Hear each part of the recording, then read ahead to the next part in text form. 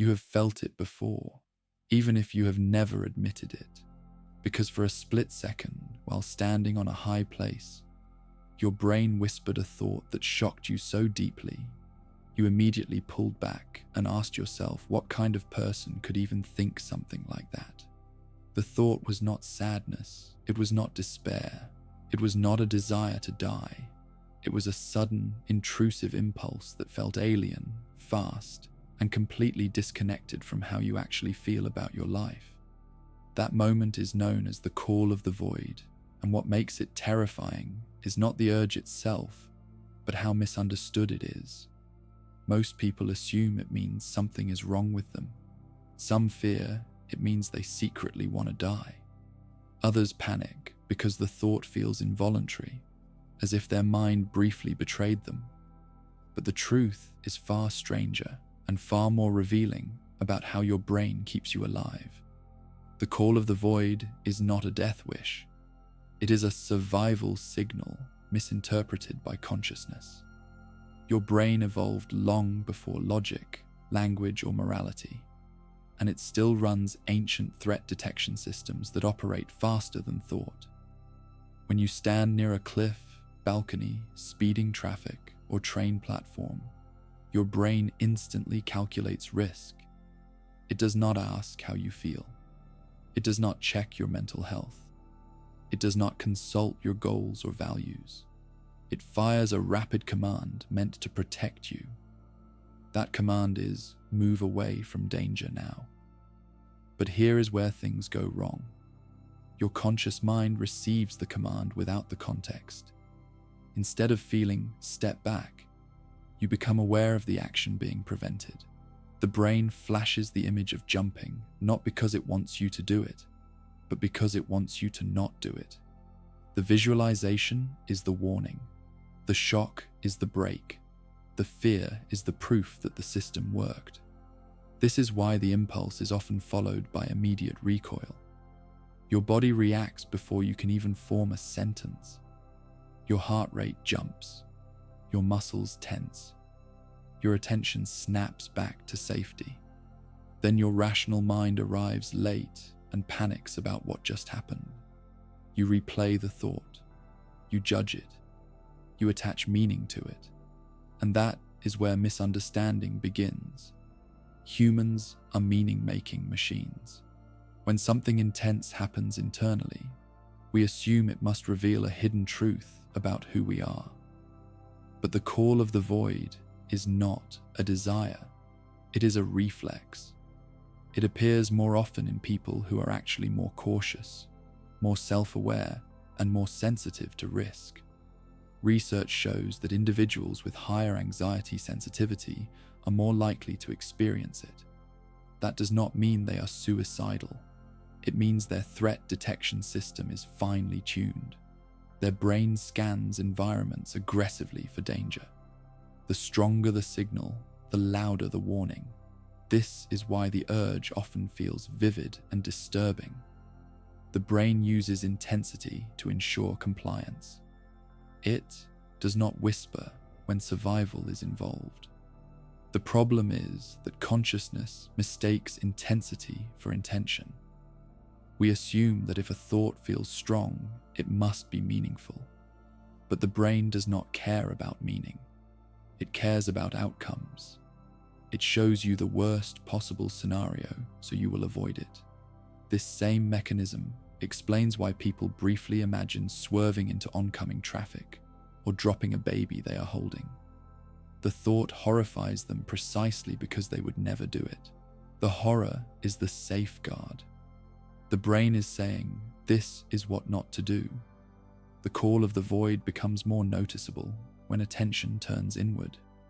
People who reflect deeply on their thoughts are more likely to notice intrusive impulses. Others experience them too, but discard them without awareness. Awareness magnifies the experience. Judgment amplifies it. Fear cements it into memory. Once remembered, the brain flags it as important. Then it returns. This creates a loop where the thought itself becomes the threat. You start monitoring your mind. Monitoring increases anxiety. Anxiety sharpens threat detection. Threat detection generates more intrusive warnings. The cycle feeds itself. This is why people who fear the call of the void experience it more often. The brain interprets fear as relevance. Relevance increases signal strength. The urge itself is harmless. The meaning attached to it is what causes distress. Evolutionarily, this mechanism kept humans from stepping off cliffs long before railings existed. It kept hunters from slipping during climbs. It prevented fatal curiosity. Modern environments confuse the system because the danger feels abstract rather than immediate. Standing on a balcony feels safe, but the drop is still registered as lethal. The brain fires anyway. It does not update easily. It is better to be wrong than dead. The call of the void often appears during moments of calm, not despair. People report it during vacations, scenic hikes, and peaceful drives. This contradicts the idea that it reflects a desire to escape life. If anything, it reflects attachment to life. The fear that follows proves the value placed on survival. Those who truly want to die do not experience this shock. Their thoughts are slow, heavy, and emotionally saturated. The call of the void is fast, sharp, and emotionally jarring. It feels foreign because it is not aligned with intention. It is a glitch in translation between instinct and awareness. The brain sends a command in primitive language. The conscious mind misreads it. What scares people most is the feeling of losing control. The thought arrives uninvited. It cannot be reasoned with in the moment. This challenges the illusion that we are fully in charge of our minds. We are not. We are passengers interpreting signals after they fire. Understanding this reduces fear. Fear fuels repetition. Curiosity dissolves it. When the urge appears and you recognize it as a safety reflex, the brain no longer needs to escalate. The signal softens. The loop weakens. The experience fades into background noise. But when misunderstood, it becomes symbolic. People ask themselves what it says about them. They search for hidden meanings. They attach moral weight to neural reflexes. This turns a safety mechanism into a source of existential anxiety. The call of the void reveals something uncomfortable but important. Your mind generates thoughts you did not choose. Not all thoughts are messages. Not all images are desires. Some are alarms. Some are leftovers of evolution.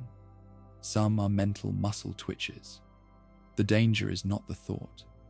The danger is believing every thought deserves interpretation. Once you understand that, the experience loses its power. It becomes a reminder of how aggressively your brain works to keep you alive. And that realization changes everything about how you relate to your own mind. Because if this urge does not mean what you feared, then how many other thoughts have you misunderstood? How many impulses have you judged instead of decoded? How much anxiety has been built on misread signals?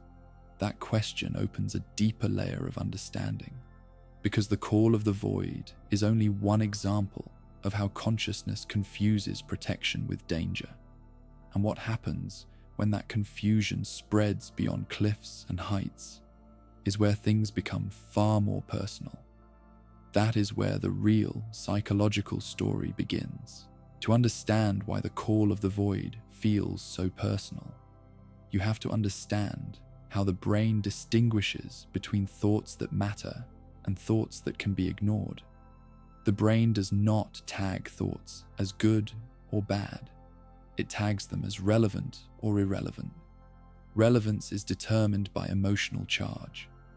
Emotion is the highlighter of consciousness. When a thought produces a strong bodily reaction, the brain assumes it is important. Importance means repetition. Repetition creates familiarity. Familiarity creates distress when the content is misunderstood. The call of the void triggers a powerful bodily response because it activates the amygdala. The amygdala does not reason, it detects threat and initiates response. The moment your body senses a drop, height, or sudden exposure to danger, the amygdala fires before conscious awareness forms. This firing produces physiological changes. Heart rate increases, muscles tense, breath shortens, attention narrows. Only after these changes occur does the prefrontal cortex try to interpret what happened. The prefrontal cortex is slow, it is reflective, it searches for meaning. When it finds none, it invents one. The mind asks why this thought appeared, instead of recognizing how it appeared. This distinction matters. The brain is not asking permission when it produces intrusive content. It is executing a program. That program is called error prediction. Error prediction imagines worst-case scenarios to prevent them. The brain runs simulations constantly. Most of them never reach awareness. The ones that do are intense, because intensity ensures compliance. The call of the void is one of those simulations. It is a flash image generated to reinforce avoidance. Your mind sees the image and recoils. That recoil is success. But consciousness mislabels the image as desire because it confuses imagery with intention. Imagery does not equal intention. The brain uses imagery because it is efficient. Images trigger faster reactions than words. This is why danger signs use symbols rather than explanations. The problem arises when humans treat every internal image as a confession. This misinterpretation is amplified by modern ideas about mental health that overemphasize meaning in every thought.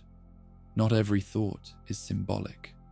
Some thoughts are mechanical, some are reflexive, some are residue from evolutionary systems that no longer match modern environments. The brain evolved for survival, not comfort. It prefers false alarms over missed threats. The call of the void is a false alarm that worked too well. Anxiety sensitivity increases the likelihood of noticing it. Anxiety sensitivity means heightened awareness of bodily signals. People with high anxiety sensitivity scan their internal state more closely. They notice subtle changes others ignore. When they feel the jolt of fear, they attend to it. Attention feeds the loop. The more attention given to the thought, the more the brain flags it as relevant. Relevance increases frequency.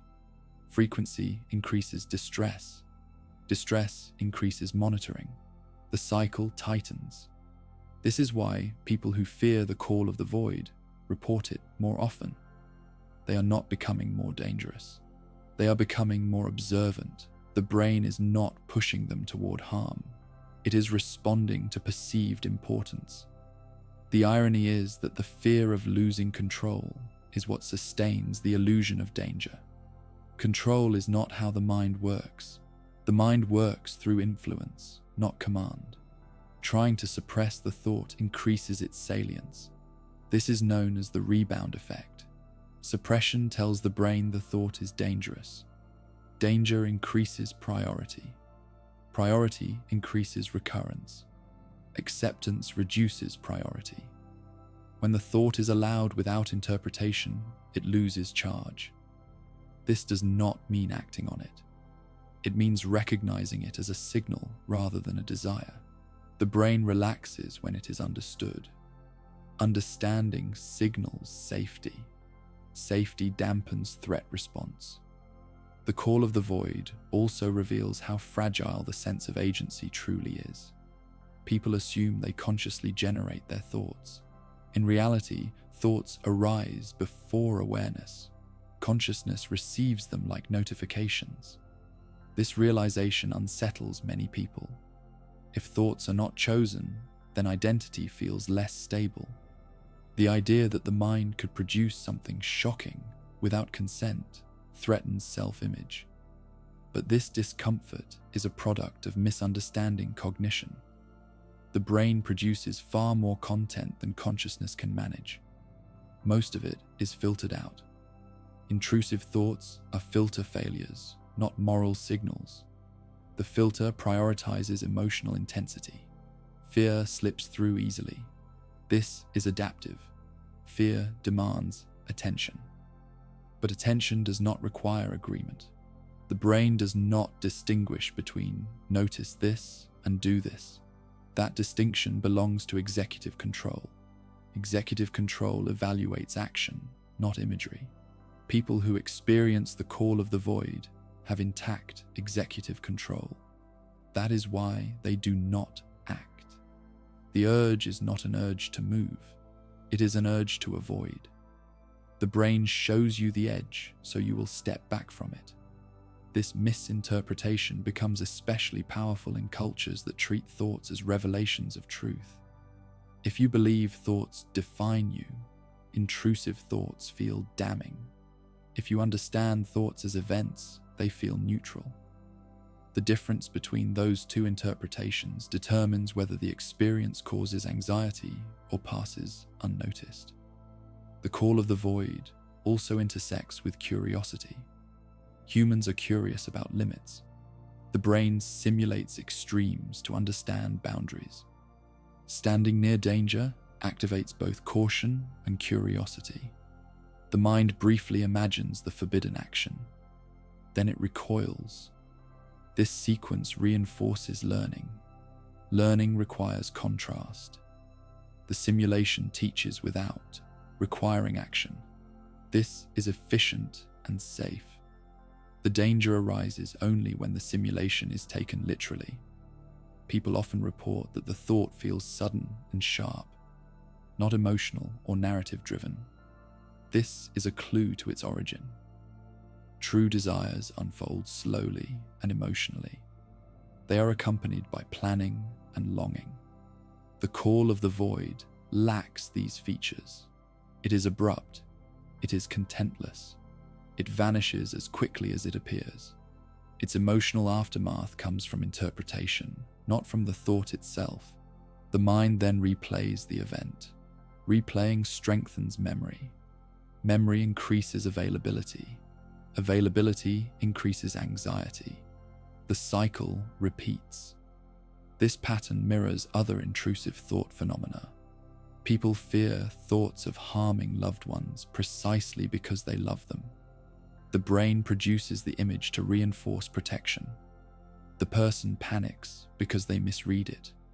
The call of the void belongs to the same category. It is a protective hallucination of possibility.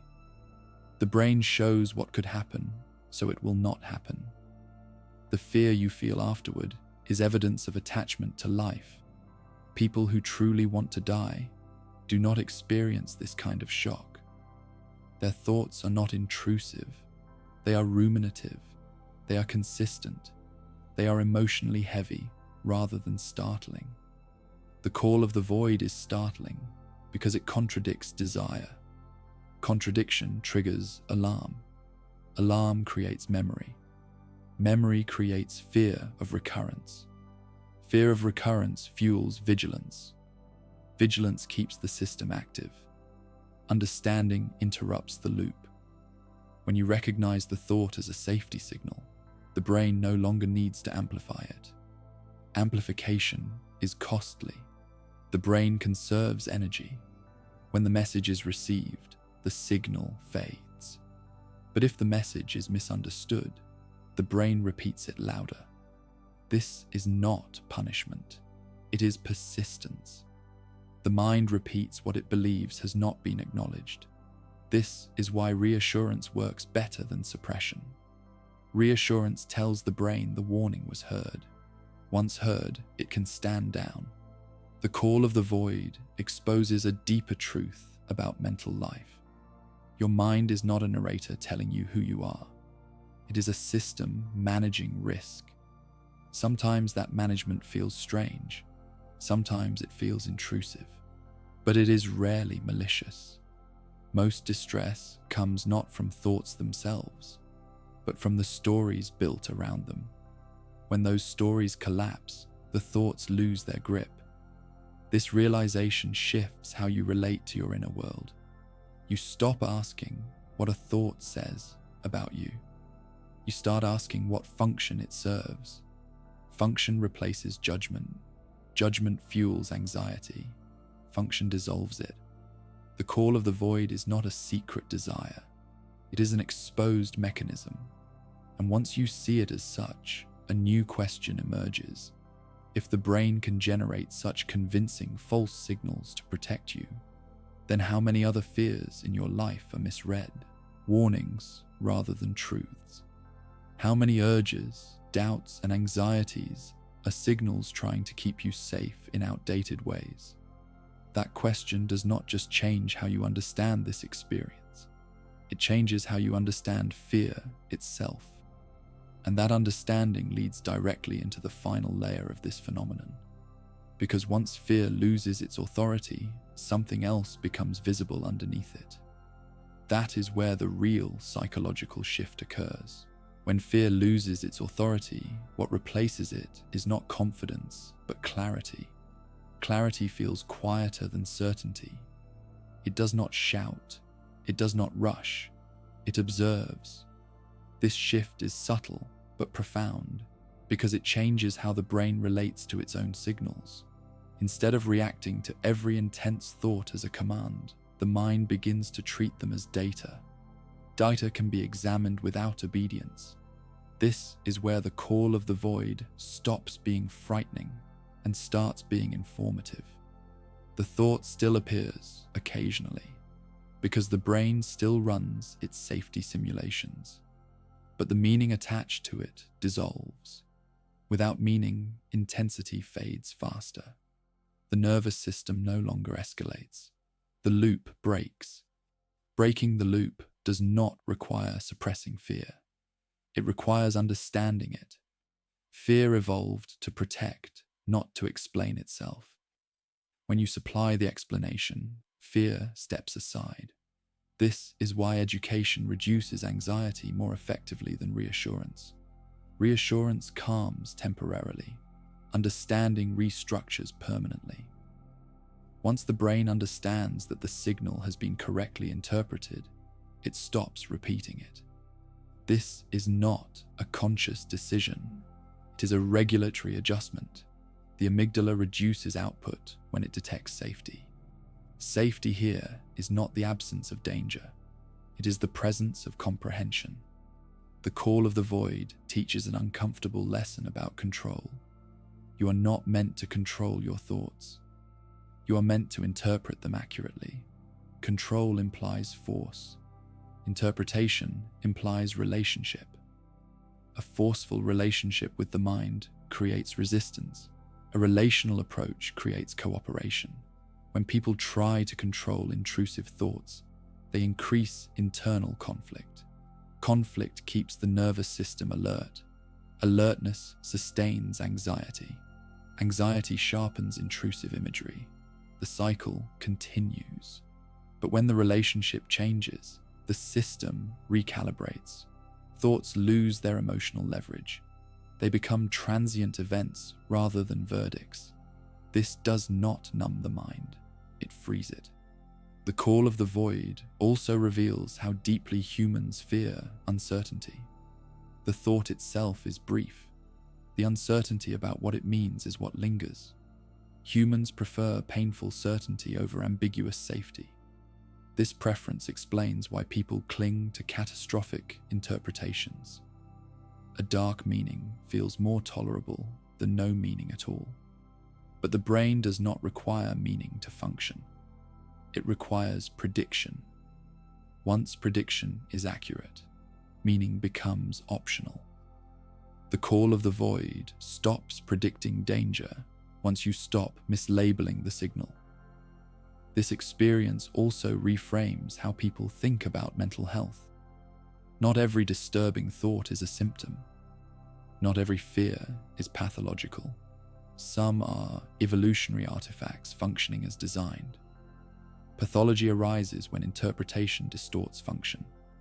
Understanding this reduces self-stigma. People stop fearing their own minds. Fear of the mind is more destabilizing than the mind itself.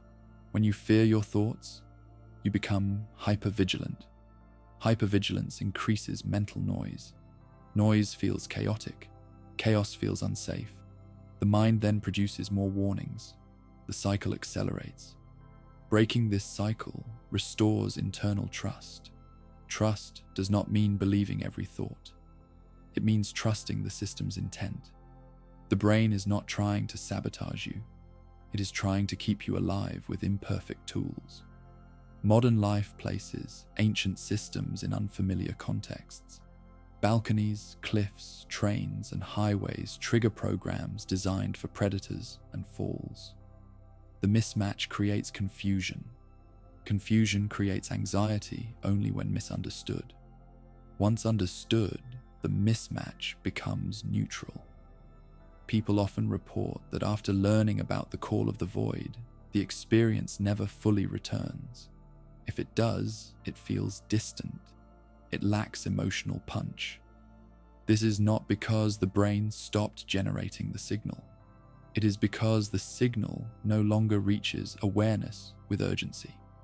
Urgency requires fear. Fear requires misinterpretation. The absence of fear quiets the system. This understanding generalizes beyond the call of the void. People begin to notice how many fears are amplified by interpretation. They see how quickly the mind turns sensations into stories. Stories create identity threats.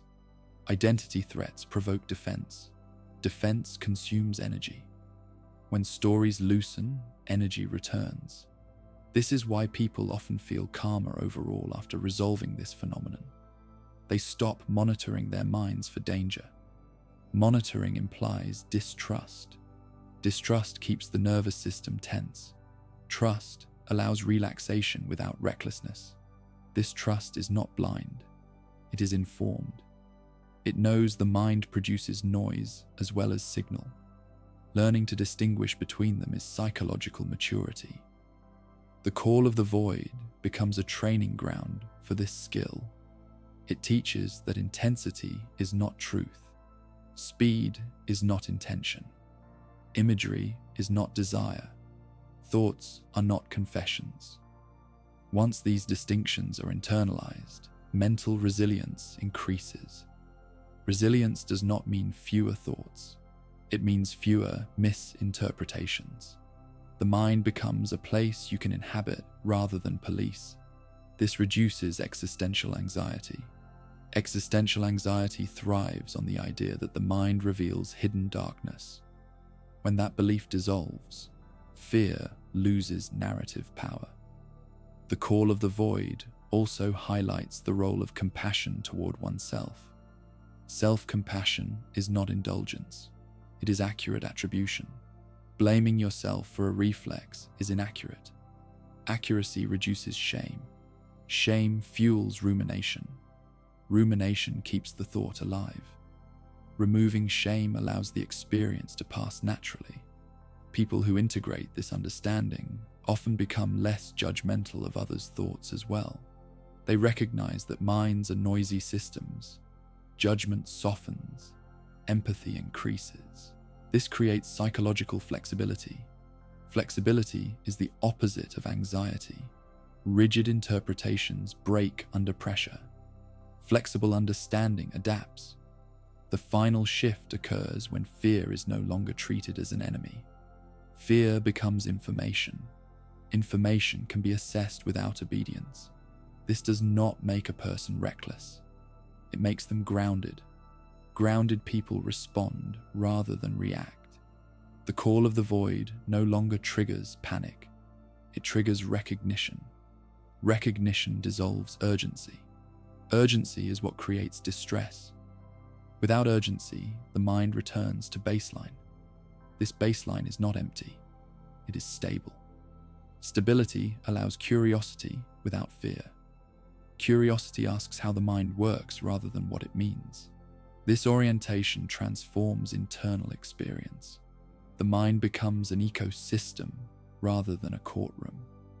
Not every event demands a verdict. Some demand observation. The call of the void ultimately reveals that the scariest thoughts are often the least dangerous. They are loud because they are protective. They are shocking because they are preventative. They are misunderstood because consciousness arrived late. Once you understand this, a deeper trust forms. You stop fearing sudden thoughts. You stop interrogating every impulse. You stop assuming your mind is revealing secrets about who you are. Instead, you see it doing what it has always done, trying to keep you alive, sometimes clumsily, sometimes dramatically, but almost always with the same intention: protection. And when you finally recognize that intention, the fear that once followed the call of the void no longer feels like a warning of danger. It feels like evidence of life asserting itself, not through desire, but through preservation. That realization does not just explain a strange urge. It reshapes how you understand fear, thought, and the fragile, powerful system that runs beneath your awareness every moment you are alive. Thanks for watching. If you found this video helpful or eye-opening, make sure to hit the like button. It really helps the channel grow. And don't forget to subscribe for more practical psychology insights, self-awareness tools, and mind-sharpening advice. Take care, and I'll see you in the next video.